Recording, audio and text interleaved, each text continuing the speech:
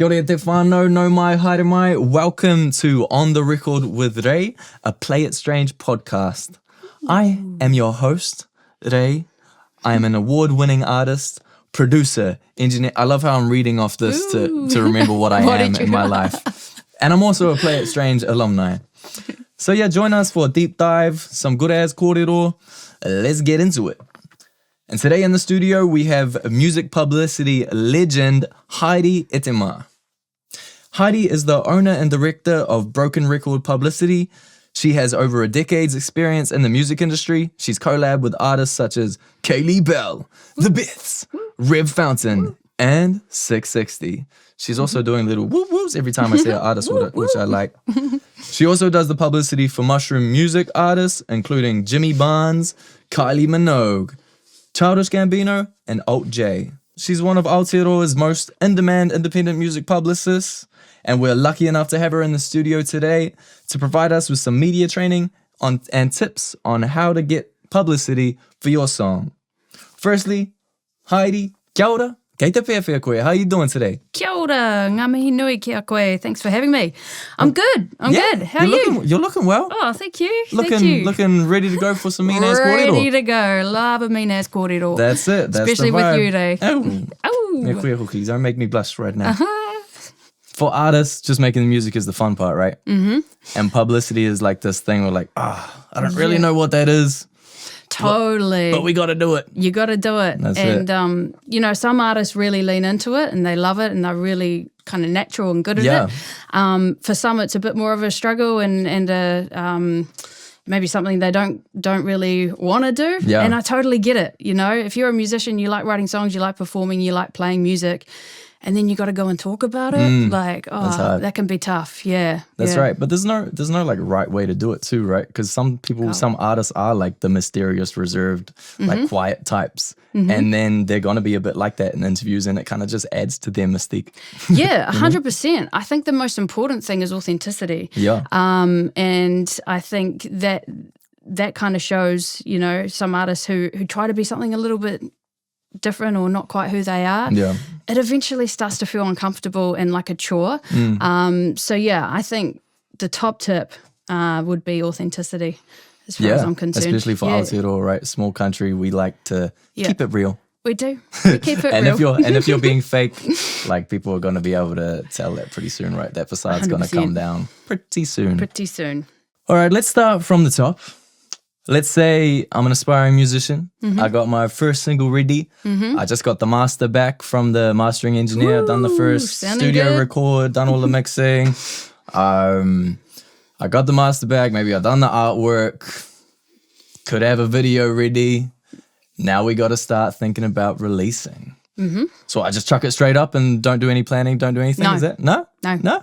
Give you 1 week turnaround for everything? No. I think a really good way to look at this is if you picture an iceberg, right?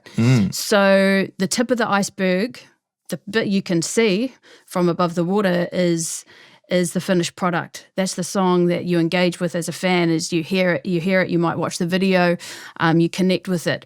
But underneath the water is like all the hard mahi. So that's all the planning and all the work that you do before you get to a point where you release it. So yeah, I think that having a plan and doing research and putting steps in place is the most important thing that you can do before you release even your very first song. So what I would do is getting a bit of a kit together. So thinking about your song, what do you want to say about it? You know, what did you write? What's it about? Who are you as an artist? What's your buzz? Where are you from? Where do you want to sort of position yourself in the music industry? Getting good visuals. So you mentioned a video. Not every song is going to come out with a video straight off the bat. That's right. That'd be cool. But even press shots. So, you know, having something that represents you as an artist, how you want to present yourself to the media, to your fans. And just getting all that stuff in a concise location. We'll talk about it a bit later on, I believe, but an EPK is a good starting point. And researching where you want to be putting that song out to. So various radio stations, online blogs. Maybe there's some student media, local newspapers in your area. Thinking about where it's gonna fit, right? Where it's gonna fit, yeah. If you've written an R&B song or something, you don't want to be like tracking down whoever runs the Rock FM and sending it to them and just gonna waste people's time. Yeah, be really considered and about where you are sending your music out to, and I think a part of that is doing research on it. And most stuff's pretty straightforward, We're lucky in New Zealand to have a lot of local music blogs. Music.net, one that springs to mind, NZ Musician, and they rep for the majority of like solely NZ artists. Yeah. So, places like that are really good starting points for getting your music out there. Yeah. Yeah. If this is like a first single and you've just finished it, how much of a lead-in do you think you should have once you finish the song to actually like getting it out there and having it released? I reckon sort of at least 6 weeks, because prepping is everything. I think having that time that you can spend thinking about, writing about your song, getting your press shots done, sending it to people in advance. I think a good 6 week window is key. And some media outlets, radio, I wouldn't send it to radio 6 weeks in advance, because by the time it comes to release, I've forgotten about it. Yeah. But with radio, maybe 2 weeks. What is the best way for them to get in touch with, say, radio playlists? We talked a bit about radio, but let's stay on the radio vibe for a second. Most radio stations will have sort of contact details on their websites, often for music submissions. So I would, again, it's kind of research, and actually spend a bit of time doing it, set aside a couple of nights a week where you maybe after school or whatever, where you're going through researching what radio stations are where and their contact details. If there's a name, you use a name in your email. I always feel like finding an email with a name on it is always better than just doing like info at whatever the radio station is. And sometimes that's going to be the way it is, but kei te pai, if they've got that email on their website, they're expecting emails. I think sometimes people will DM hosts off social media. I'd kind of tread with caution with that. Like maybe if you've built up a bit of rapport with someone, maybe they've seen you play or heard your stuff before, and you might be able to DM and be like, "Hey, I've got a new song coming out. Can I email it to you?" All good. But sending a file over an Instagram, like a link to your song over Instagram, is probably not the most professional and best way you could go about that. I've had mixed results with that. Like sometimes you can send a DM and get a reply and actually get an interview out of it. But like you say, it does help if there is a bit of personal rapport first, like they follow you back or like you know them from somewhere. It definitely helps. I wouldn't do that with my first song. Personally. And you also just got to be super careful of like the tone of your DMs and messages, right? You don't want to be like too grabby or needy, because then it's just going to shut people off. Like you just got to be like friendly and personable first and foremost, right? You can't be like, this is the next hit, you have to play it. Like, exactly. And I think you got to keep that energy as well for like your first few releases, because it's like not likely that your first few releases are gonna completely pop off. Like you hope. Like I struggled, I had to go through that in the early stages of my career, releasing heaps of singles, 2 EPs, or 2 albums and 4 EPs. That's what I released before I actually got a song on radio. So that's a lot of hard mahi. And you got to be prepared to deal with that like disappointment of when you have dreams and aspirations for one song or something, and then it doesn't quite hit how you want it. And you got to, be prepared for anything, and to just be prepared to move on to the next one. Like give every song its shine, right? But like be prepared to keep moving. And to not, I mean, I can't really speak to this. I'm not an artist, but not take it super personal either, It's that's like, it. Because once you finish the song, it's not yours anymore. It's like, it's not part of us. It's just like, it's just out into the ether. It's that's out into a nice the way universe, of looking at it. Yeah. So you try not to like take it super personally if it doesn't pop off, I think. Yeah. In fact, I work with an artist who I've worked with them for maybe the last 3 years. Yeah. And they've just sort of started to get a bit of mainstream traction and pop off and songs on radio, charting, albums in the top 10. Yeah. But there was 15 years of work behind that. That's right. That, had fruits, but wasn't like, they definitely weren't at the forefront of people's mind. And that's 15 years. Like that's a long time. That's right. There's a bit of a lesson in resilience in that, I think. And I think like it's a lot of it is also about familiarity, right? Like when you're emailing or DMing people in the industry, like it's all about them seeing that you're like committed to this as well. Like you're not just trying to release a couple of songs and then go do something else. They want to see that you're actually committed to doing this. And then like I also have this like when I had my first song on radio, I had this like realization that like people want you to win. Like they want to support you. They want something that they can get behind. They're just like waiting for the right like little nugget that's gonna be that's that moment. So true. Especially here in Aotearoa, nobody's out to get you. That's you right. know, and it's like there's none of that like, oh well, hold on. If you're going in for an interview, they're giving you that time, they're giving you that space, because they want to be elevating you and your mahi. So lean into that and be proud of that, and also just don't shy away from that. Maybe we should touch on what an EPK is. Let's do that. So EPK stands for Electronic Press Kit, and it's sort of a one-stop shop, I guess. Think of it like a corner dairy, where it's got all your essentials. That's right. Although I don't know. Heidi came ready with the analogies, Whānau. Yes, I did.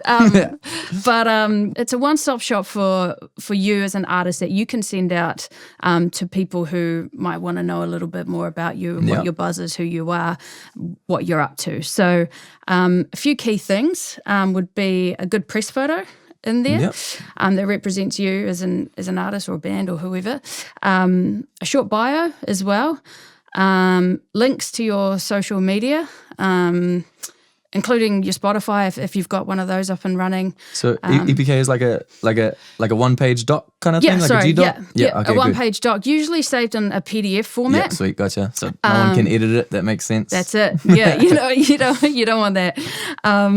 And you might have some kind of achievements that you've. Maybe you've had a song chart. Maybe you won Play It Strange. That's right. So maybe highlight a few of those achievements. Save it as a PDF, and then the other thing you don't want to attach these big files to an email, right? Because if I get a big email in my inbox, it's clogging up my inbox, it's slow to open, or it may not arrive at all. Yeah. So link to your EPK and have that saved in either a Dropbox, Google Drive. Those are probably the two main ones. Yeah. I think it's really important that all emerging artists have an EPK to begin with. The other thing I would say about them is make sure that they're up to date. Yeah. So maybe you have one before you've released your first song. Yeah. Then that song comes out. Set a reminder every month or 2 months to go back and just make sure it's all up to date. I can get a bit lazy with mine. I just noticed that I need to update my Spotify streams and stuff like that. That kind of thing. Couple things that you need to keep on top of. Yeah, and that's, I guess, the admin side of being an artist. Yeah. That some artists are real good at it. They're like spreadsheets and like color coding and that's I'm not good at that. Actually, my spreadsheets are pretty well. Are they? Coded, okay. To be honest. So thank you for mentioning that. But and it's just part of it. Yeah. So if you were emailing a radio station for the first time, have a subject line that's catchy but introduces, says your name, song, and the release date as well. Crucial bit of information. Make it personal. So I've listened to Radio 1 my whole life, and I really enjoy what you guys do. I'm so and so. I'm from Dunedin, and this is my new song that's out. Have a link to the song. Don't attach the big file. Links. Yeah. I've sent emails before, and I've been like, I forgot to attach. That's right. The Gmail's good now though. Like it says, it tells you. Yeah, it says you don't. You said you got an attachment, but you attached nothing. Thank you. But I think not attaching the actual song file, so you don't attach your MP3 or your WAV file to your email. Again, too big. Link to that. Yeah. Cool. Yeah, what I do also with a lot of my radio send outs is I'll have a kind of template email setup for each release, and then I'll copy and paste it into my emails and then tweak and, like you say, personalize. Yep. But you just got to make sure that you don't be accidentally dropping like the wrong radio names. I've done that before too. Because that happens to the best of us as well. But it does. Yeah. Not good form. Again, like most people are pretty forgiving on stuff like that. Yeah. You know, nobody's going to be like, oh, I'm not going to play your song because you accidentally called me, you know, Steve instead of, But I hate Steve. Yeah. But again, it just kind of, it speaks to that a bit more of a professionalism when you, kind of tweak it and send it out individually, I think is important, particularly when you're starting out. Yeah. Yeah, not just CCing and everyone, Personal is the way. Mm-hmm. So is it EPK?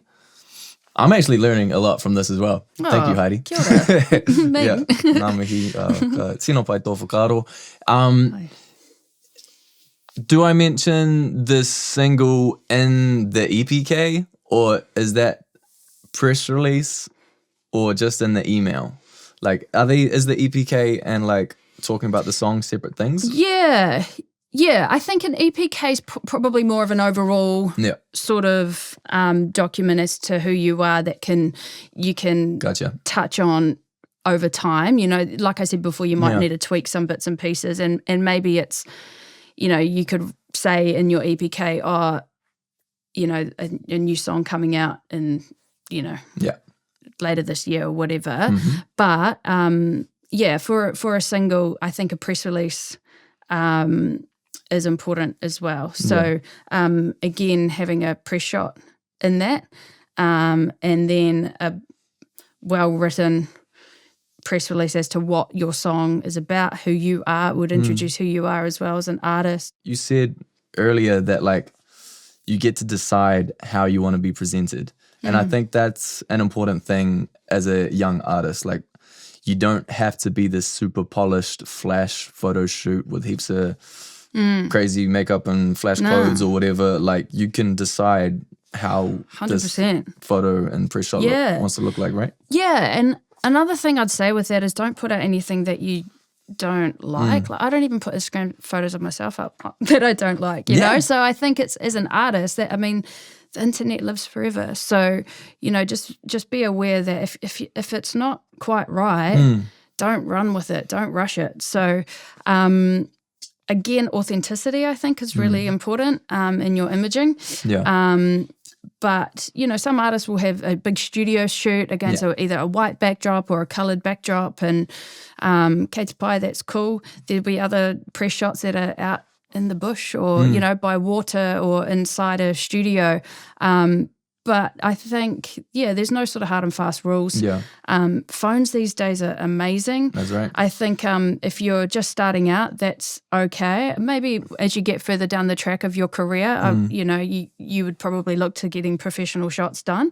But you don't need a big budget to be able to make yourself look good.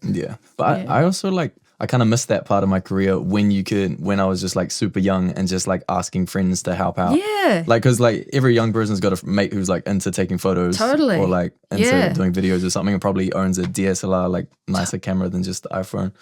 Like the iPhone cameras are great, but you might have a friend that has a camera that will be able to help you out. And that's a really beautiful thing, that kind of ecosystem of creatives.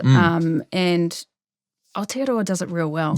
You know, like, I was talking to someone this morning about this band who are touring overseas, and they're bringing Kiwi artists with them, and, you know, they get New Zealand artists to do all their album art and everything, and it's, Kiwis be looking out for Kiwis. That's us. That's how we do it. Choice. I think, that idea of building creative community and creative team around you, that doesn't have to be a team. It's just like, your friends that are also doing creative, cool stuff. Like, I think that's, that's a super important part of your network, right? And actually about, how to actually think succeed. Almost every artist I work with has done that.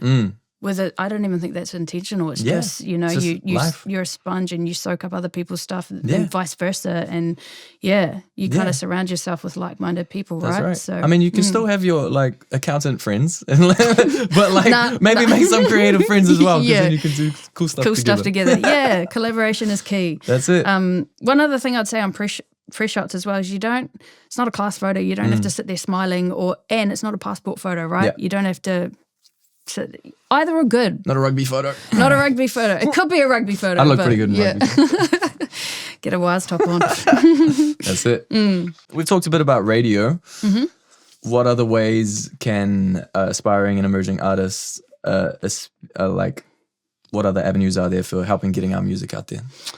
I think that probably in this day and age, the biggest one's sitting at your fingertips with your own social media. That's right. You know, and when I first started out, it was a thing, but I don't even think TikTok was around. So, nowadays you have the ability to control how you're presented to your fans, to the world through your own social channels. Some artists love it, lean into it, and are really, really good at it.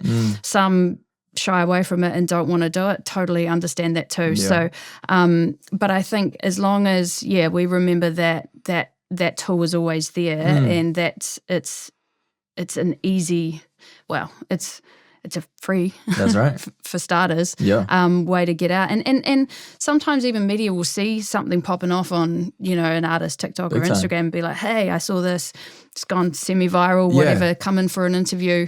So it can kind of that's right. You can use it both as a selling point, right, when you're doing those other emails. There are a lot of really good, particularly Aotearoa focused blogs.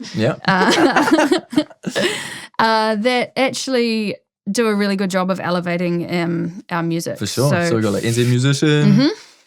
Yep, music.net. Music.net. Yep. Shout out music.net. 13th Floor. Yep. I think Libel's back up and running. There you go. Shout out to the people running these blogs, by the way, because most of them are doing it for like nothing, and they're just like doing it straight for the love of music. That's it, and that's it. It's a massive passion thing, and I think the effort they put in, they'll be at shows doing reviews, photographing shows, writing album reviews, doing interviews, and you're right, it's so that's a really I think we're really lucky to have a lot of those people.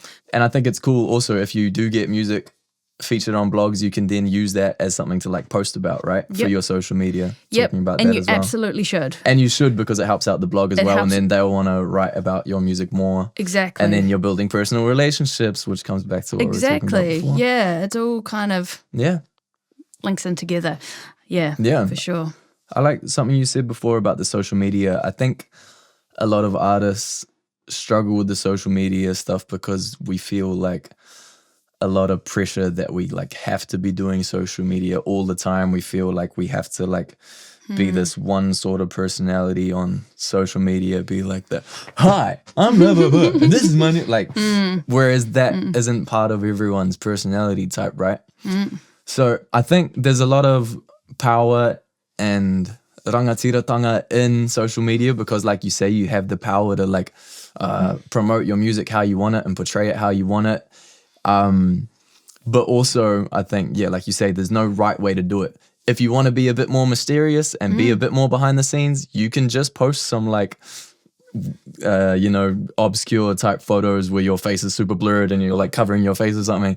Like you can do that and just like keep it a bit mysterious. Like maybe as you're sort of starting out, have a think about what success looks like to you. For somebody that's selling 100 tickets to a show and maybe in the live space, that's where they really fly. For some it would be getting a song on commercial radio, and for some it will be breaking through and going viral on TikTok. All of those things are valid, but I guess that'll help you determine where you want to put your time and energy for sure into as well. I like that a lot. We haven't really spoken about the live aspect yet, but a lot of artists and bands do just shine in that live setting, and they like really build up a following just from gigging and doing shows and cracking it that way. It's a great way to build a fan base,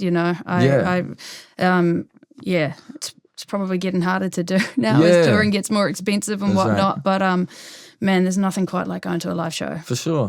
What are your thoughts then on doing like real world events around a single release or an EP album release? Like how crucial do you think that is?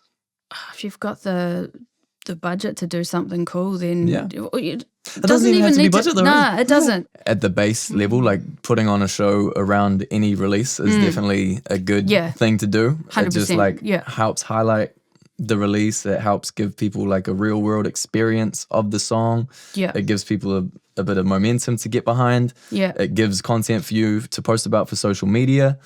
So every time you'll be posting, promoting the gig, you'll be promoting the single or the EP at the same time. So I think it does give a lot of, cross-pollination. Thank you. You got me.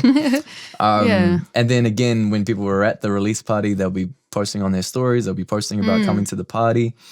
But yeah, I also think release parties can come in so many different forms. Like you can do a show at a live venue, you can do a show at a youth venue or something that's in your town, or you can literally just like have your mates over for a feed at home, or like have a kai with your whānau. Like I saw a little thing on Mohi the other day, and he was like, every release day I'll have dinner with my whānau at my whānau's house in West Auckland. Like I think like that's a release party in itself, because then you've got your whole whānau like behind it, and they're more likely to help out and share it and be a part of it. People about it. Yeah. And it's just like but it's all about just spark those fires of word of mouth and getting people more aware of your music and seeing that you're active, seeing that you're doing things. I think that's it. And think about how many songs come out every week, even just from Aotearoa. Like crazy, there's so much music out there. So anything you can do that might put you a little bit I don't want to say ahead, but kind of elevate your release in any kind of way. Stick in people's minds a bit more. Stick in people's minds, yeah, exactly. Having those kind of events is crucial to building that community vibes as well. And it just makes people want to help you out more. It makes you want to help out other people more.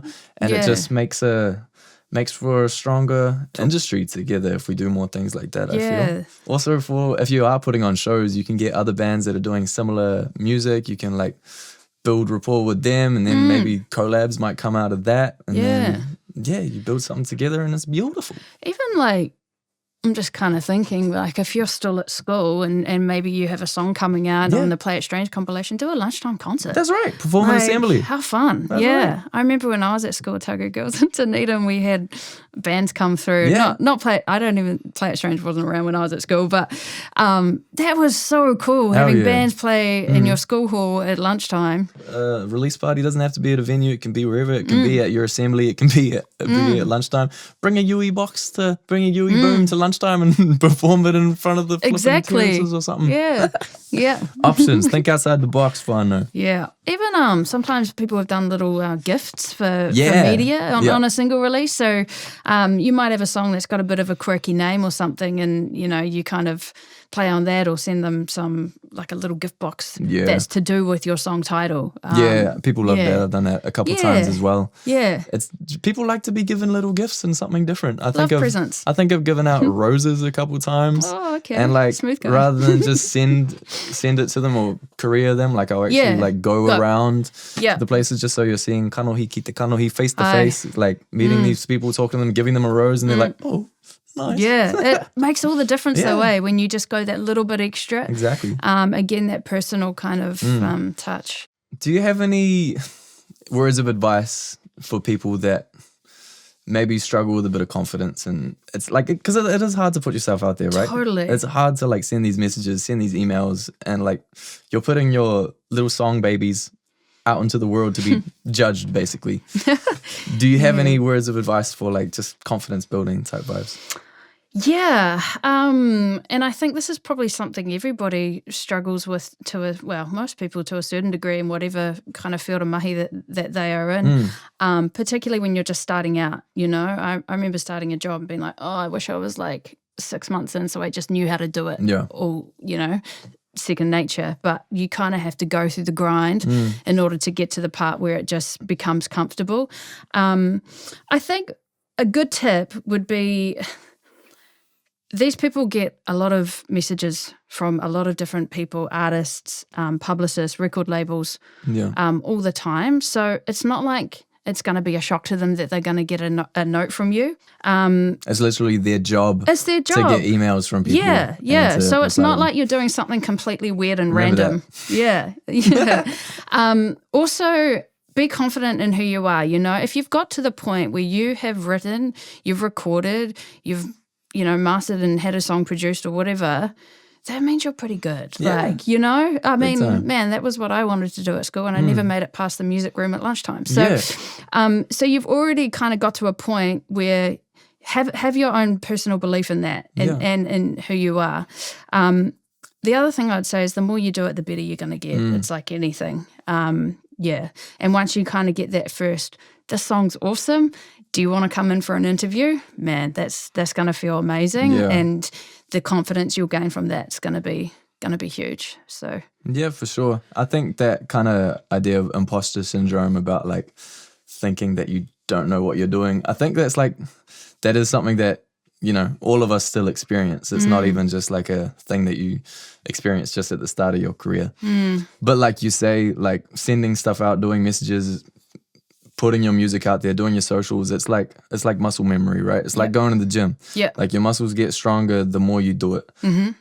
Same with just releasing music in general. Once you've released a couple singles, it's easier to release the third, the fourth, 100%. the fifth. Yeah. Everyone's a bit of yourself, a piece of yourself that you're giving out to the world. But I feel like you just hold on to it a little less tightly. Yeah. You say you should always hold on to your art with like a loose grip. Yeah.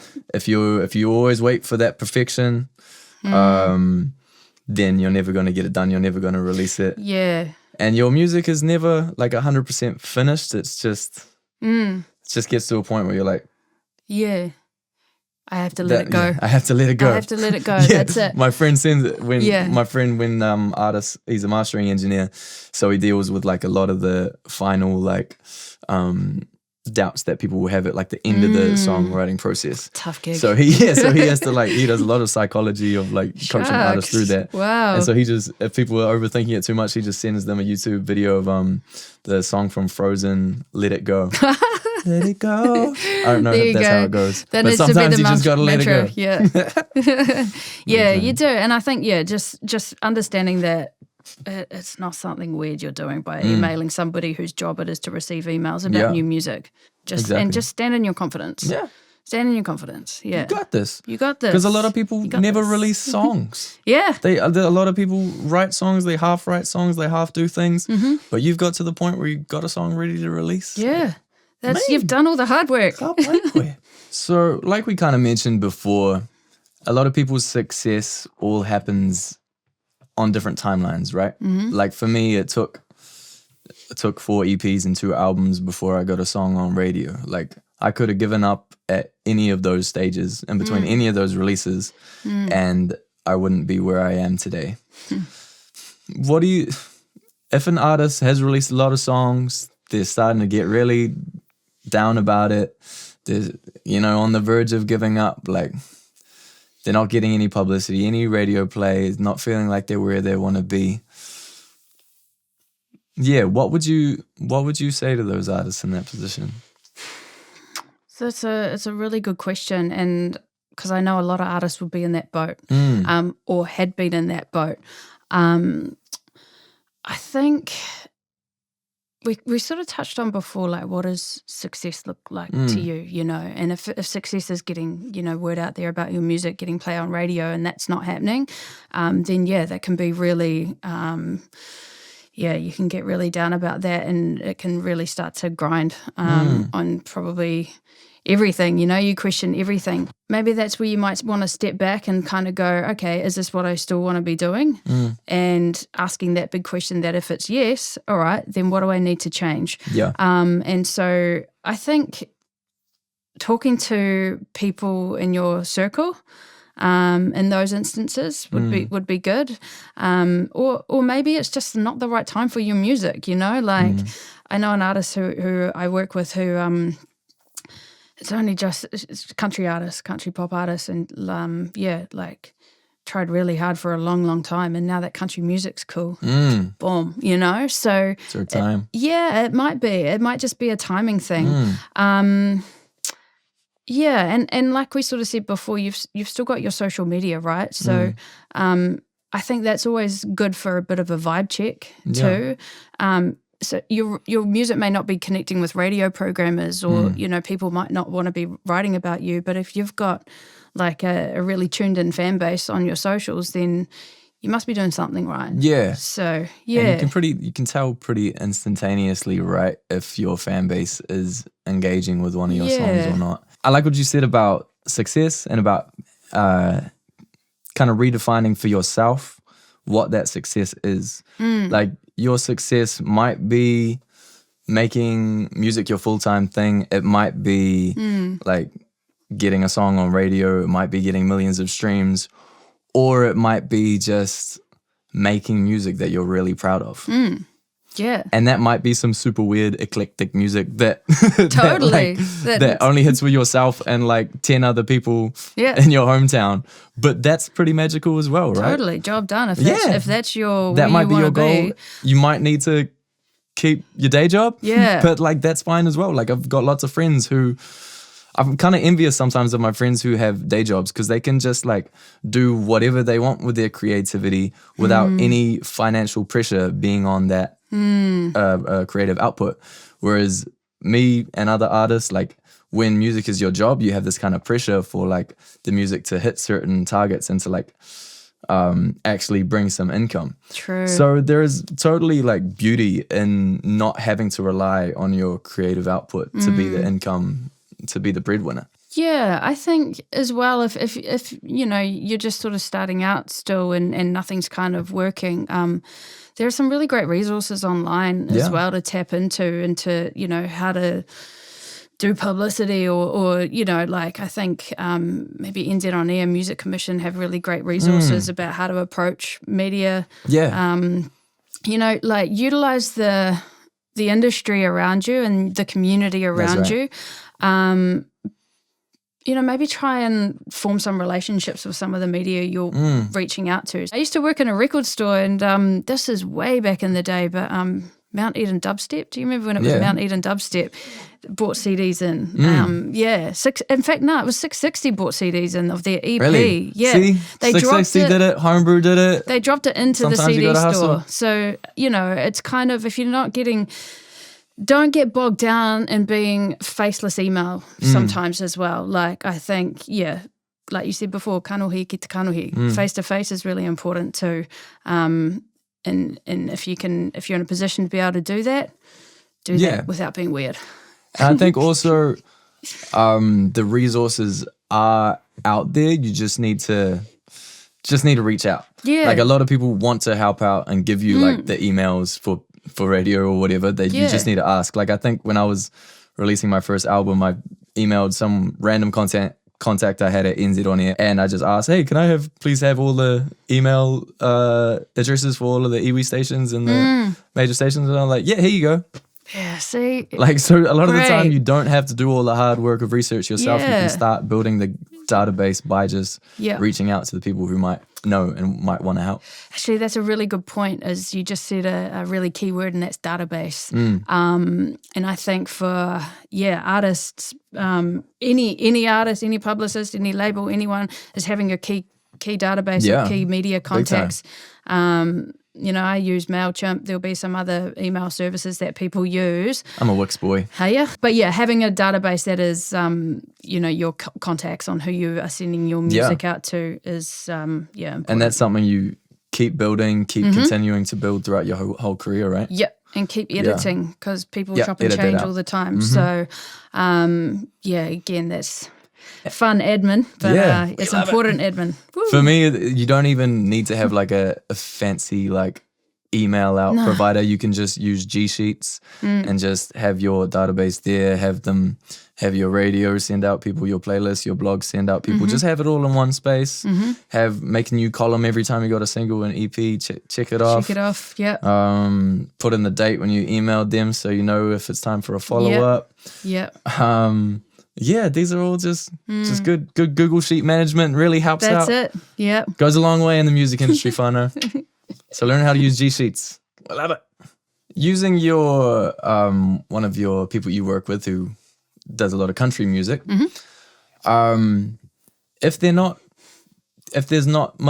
finding like their fan base, they're not hitting their market in Aotearoa, do you think it's a valid time for them to try and expand internationally and try and find like markets overseas? Yeah, and this is what this artist actually did for a long time, was a lot bigger over in, say, Australia, who have a really concentrated country music community. I think it would be hard to build a story overseas without having one here if you didn't have something bubbling away here.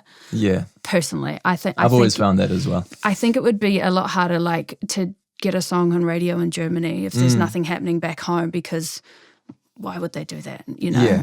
Because like we mentioned, Kiwis want to help Kiwis. Yeah. Germans want to help Germans. Yeah.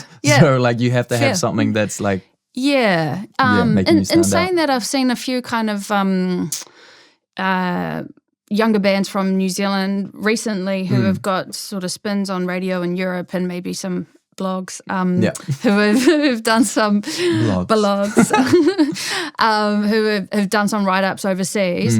And I think they might have hired sort of people in those markets in order to kind of build that overseas story. These bands have already got a bit of a profile over here.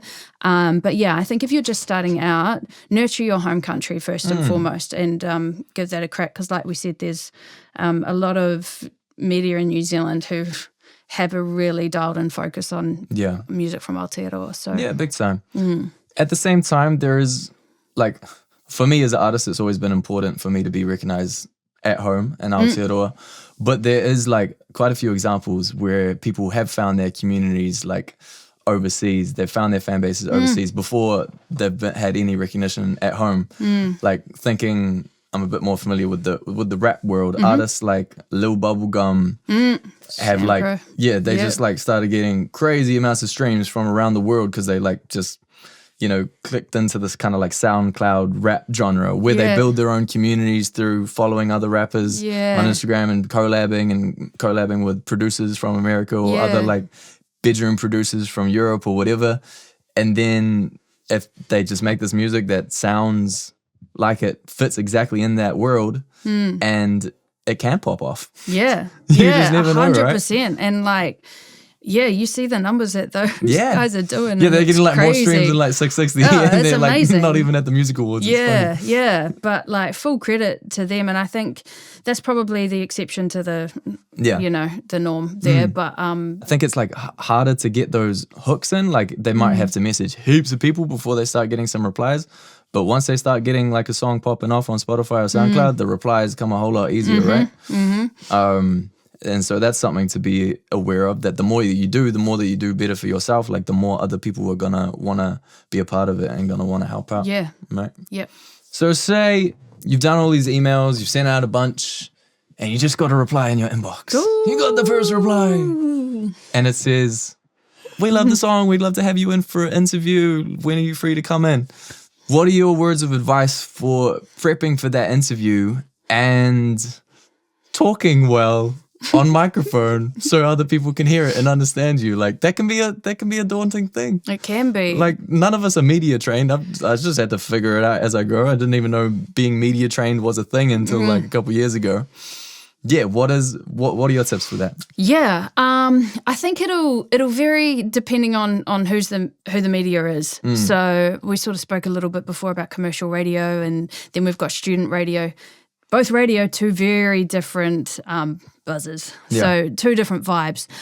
So I think first and foremost, do a bit of research. Yeah. So have a look up who is it that's doing your interview. Most on-air people will have Instagram or something on the website where you can actually even listen to some interviews that they've done in the past. Do your research. Learn their name.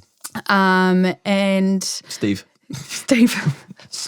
Learn their name and even don't be afraid to do like a little dummy interview with maybe somebody from your whānau, maybe a friend, maybe it's somebody in your band. Run through a few questions and anticipate a few things that you think you might get asked. It's all, like we said before, it's all just that prep. building muscle memory stuff. And just planning like how you, because you're obviously going to get a question about the song or the EP Always. or the EP, just like Yep. writing a few things down about how you want to talk about that. Yep. Because it might be about a relationship, but you don't really want to talk about the relationship. Yep. So you'll just like slightly skew the question to talking about the process of the writing rather than actually the substance of the writing. Yeah. I think a dummy interview is a really good idea as well. Something I do is always like, I know that if I'm doing an interview, I'll probably end up doing a sting. So I'll be like, Kia ora, this is Ray, and here's my brand new tune, Cali Sober on my. Practice. We sort of spoke before about the vibe, like kind of match the vibe. You know what I mean? Like, so if it's like a night host, you can be a bit more chill. Yeah. If it's a podcast, you can be even more chill. Way more chill, yeah. But if it's like a morning show and it's like on a mainstream radio and it's a morning show, they're always like super like, blah, blah, blah, let's make a joke, ha, ha, ha. Yeah. And so you got to be ready for that. Yeah, especially early in the morning, you're like, woo. And sometimes if they do really like the banter, sometimes you can like prep a little joke or something. Like I'll actually have some things in my mind that I can say that are funny that they'll want to talk about. You know? Yeah, exactly. And I think just again, authenticity. It's going to be so much easier if you're being true to yourself. Yep. So much easier as opposed to having to keep up an act. Yeah. Well, if you're not the type of person to do jokes on radio, don't try and make a joke on radio. Don't try and make a joke. It's going to come off real bad. Don't be late is a big one. Be a little early. So if you're going into to do an interview face to face, make sure you're a little bit early. Especially if it's live. Especially if it's live, big time. Then be early. If it's over Zoom or phone, make sure that your phone's on, it's available. Afterwards. Afterwards. Yeah, I always find it really helps to be like, hey, thank you so much. I really enjoyed that. Yep. And people really appreciate it. It's a little thing to do. It takes 2 seconds. Yeah. But a follow-up thank you goes a long way. That's another thing I should be doing, actually. Yeah. I'm gonna keep that. I'm gonna keep that piece of advice as well. Yeah. Like it's a good thing when you meet people, you meet new people, just like send a follower message, say nice to meet you, blah blah, maybe we can do this someday. Yeah. Like, and for an interview where they've actually gone out of their way to like do something, say thanks for having me in. Nice to meet you. Yeah. And when you're there, try to get some socials while you're there, get some pics, do a follow-up pic. If it was a pre-record, you can post the pic and tell people to listen in at this time. Link it. And make sure you tag, tag all the radio station and the host and everything. Yep. Just, get the most out of everything you do. Also be prepared for the radio people to read your press releases and EPKs right back to you. That can be funny. I'm like, cool. I will have written something on my EPK and then they'll say it straight back to me. I'm like, that sounds a bit clunky. Like, I probably should have taken that one out a couple of years ago or something like that. Yeah. So be aware that they're busy people. Totally. Interviewing 5 different people, getting messages from their boss, like just trying to pump through their day. Yeah. They'll only have like a quick scan through the and maybe email. right then. And maybe if you're lucky, they will have heard the song, listened to the song or half the song before you get there. So like, just be ready for them to go in pretty dry. And I think that probably ties into having all that stuff up to date and well written and well presented. So again, that's where like an EPK one-stop shop, you know, the corner dairy, if it's sitting right there in front of them, that's going to be really handy. Yeah. If it's bam, bam, bam, bam, they can go, oh man, you got 50,000 Spotify listeners. Woo. Yeah. Cool. In terms of, now we've kind of like, what is the whole timeline for you for the release of a single? We've talked about 4 weeks, like after you finish the master and everything, 4 weeks, 2 weeks to send it to radio, a few weeks before, get your press kit and photos all done. Like, how long should we spend really trying to push that single to media and blogs and to your friends and socials before you start thinking about the next one or start the cycle again? Like, what is your recommended timeline for that? Good question. And there's no right answer though, because every song is different. Yeah, exactly. I once had an American artist I was working with who released a song. I was like, this song's a big song. Ooh, like it sounded to me, I was just like, this is going to be a hit. It took radio a year and a half to get it on air. Yeah. I wouldn't release 2 songs like a month apart. Yep. I don't know, maybe that's a bit old school because a lot of artists, it's single Well, buzz these days. If you're putting money in social media promo behind everyone, maybe you don't want to do it. I think having a good breathing space between two singles, especially if you're working towards a project, so an EP or an album, I would say at least 6 weeks apart for each song. But then sometimes you'll release something and it will just pop off and it will take on a life of its own, and that might be when you might have to pivot, adjust some of your release plans. Big time. But just be willing to do that, I think, is important. Like, it's that so flexibility. fluid. Yeah, have that flexibility because you don't know what's going to hit sometimes. Agreed. You know? And songs, they all live on such different timelines. Like my song Good Mood, for example, like it did like kind of the rounds on Aotearoa radio, and that it's kind of started to drop off. The streams were starting to go down. And then a few months later, it got picked up by these global Spotify playlists, like the end of year, what do you call them? End of year rap thing. Yeah. And it started like trending in the US and Spotify and everything like months after the radio stuff. And then it had a whole nother like life cycle after that. So yeah, at that point, I just released like my follow-up single and I was like, okay, I better pivot and do some more promo on Good Mood. Yeah. Like, I think that's something I've learned as well over the years is to, be flexible and be ready to move on whatever is going off.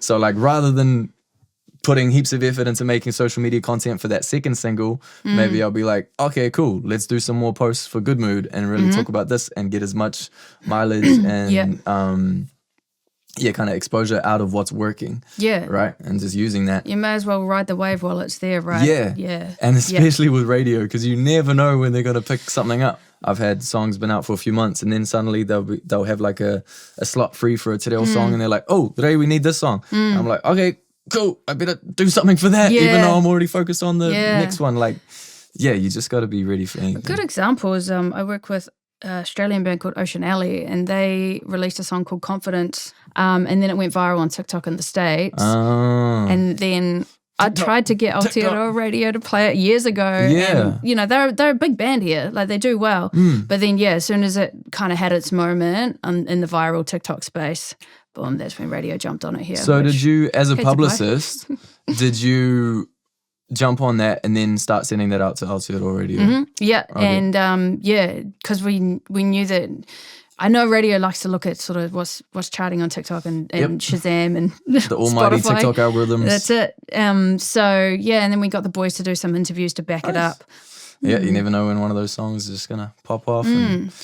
But I always feel like you can make your own luck with that stuff. Like the more effort you put into promoting and social media and all of that, the more likely that you're gonna have those random little moments of just because visibility, right? Yeah. So as songwriters, for a lot of us, it's a super personal and deep experience. A lot of us are really like conveying and expressing and bearing our souls to the world. And that can be super hard and scary. It's like hard enough to release just like a fun party song, but like actually releasing something that's super close to you and what you've been through like is a challenge.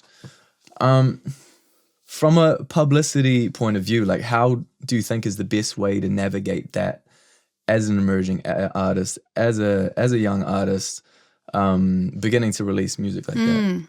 Yeah, it's not normal way to be putting your whole soul out there for everyone to judge and hear and talk about. As an emerging artist, if you are writing really, really personal songs and you want them to be heard, but you're a bit uncertain about how much to share alongside the story of the song, having personal boundaries is really important and sticking to them. So knowing where you draw the line.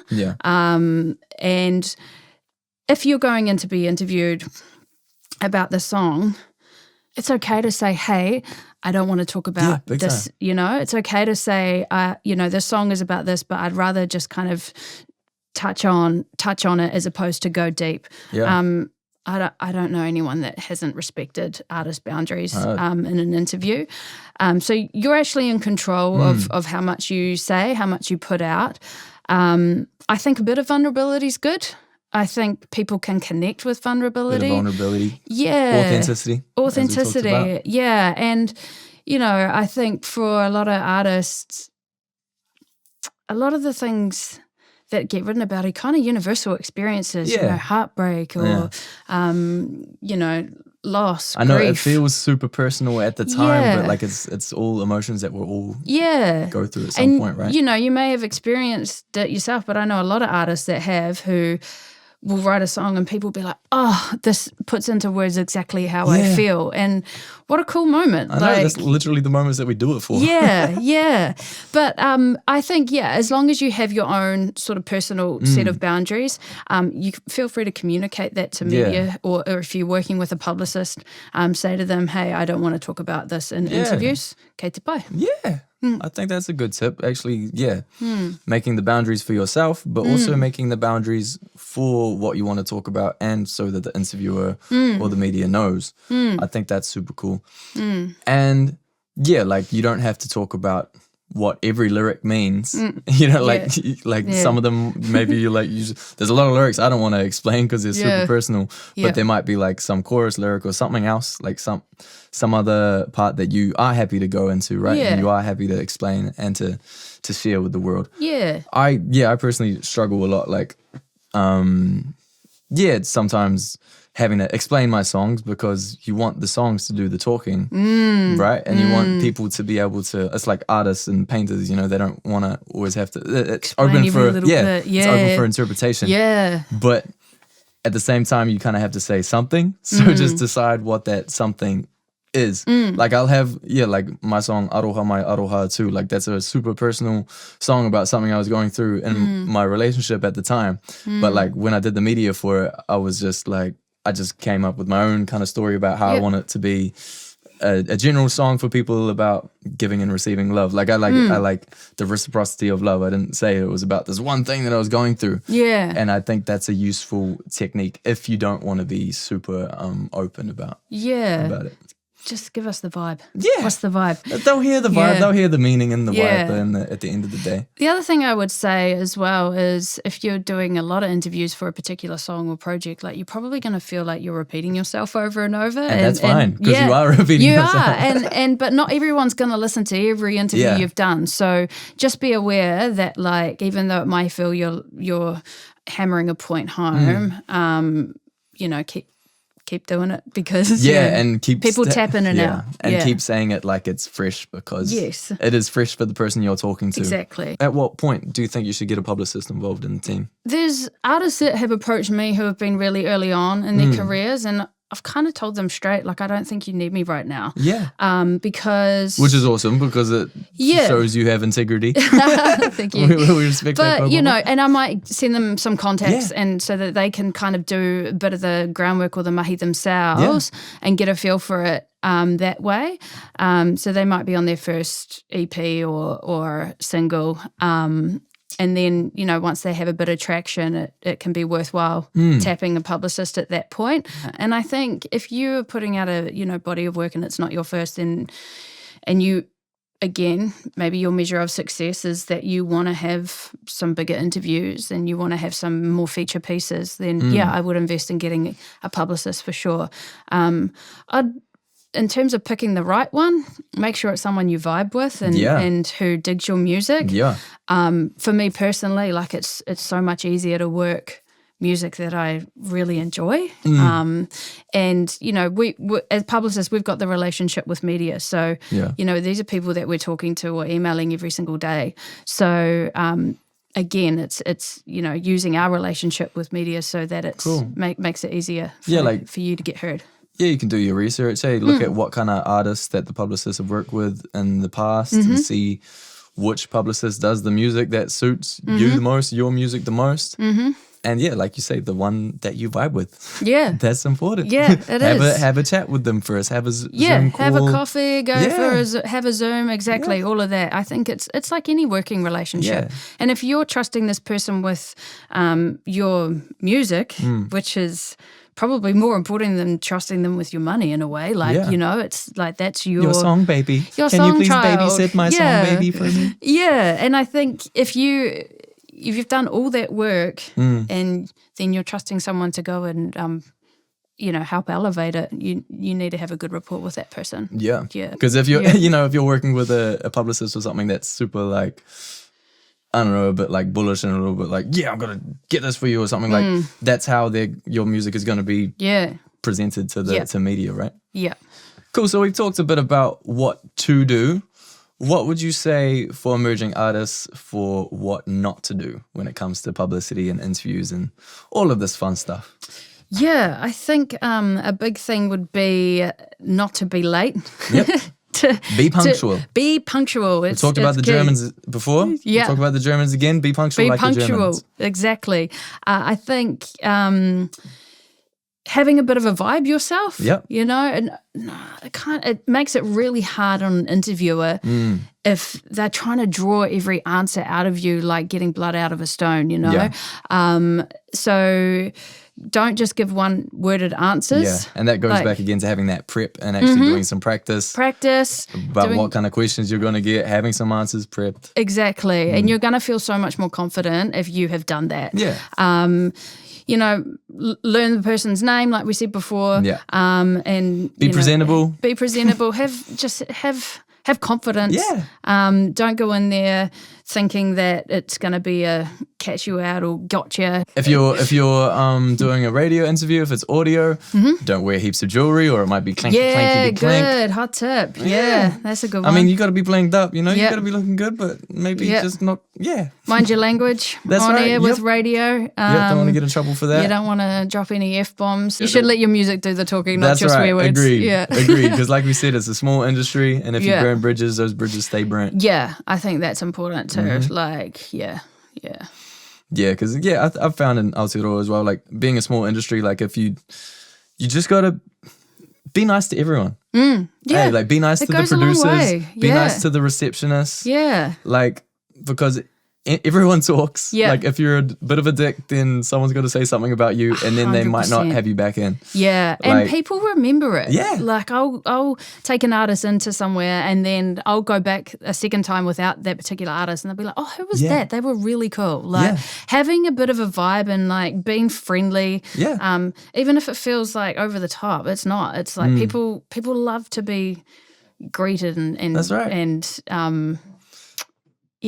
made feel special. Yeah, like even just not even just like, there's the thing that like the producers, if you're nice to the producers, then the producers are the ones that actually organize the shows. So like they're more likely to reply to you if you're nice to them.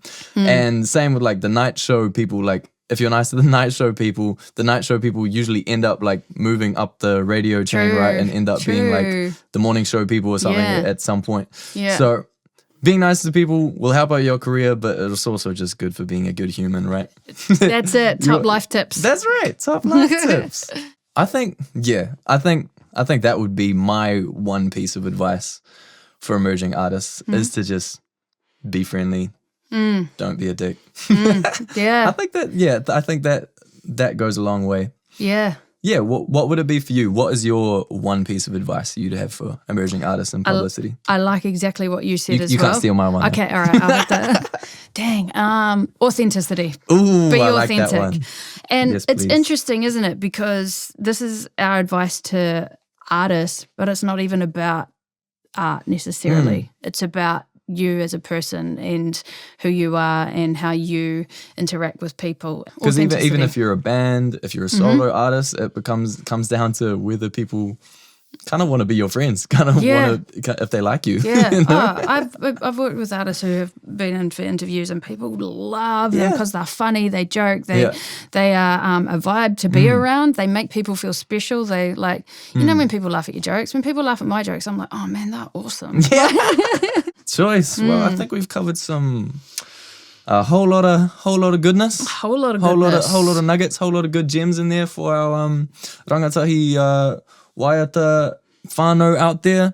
So yeah, massive thanks, massive ngā mihi nui ki a koe, Heidi. Really appreciate you and all of your kupu aki or all your kōrero today has been awesome. And you guys at home, hope you're feeling inspired to get your music out there. Start just sending those songs out, sending those emails out, sending those DMs. Keep it authentic. Do it your way.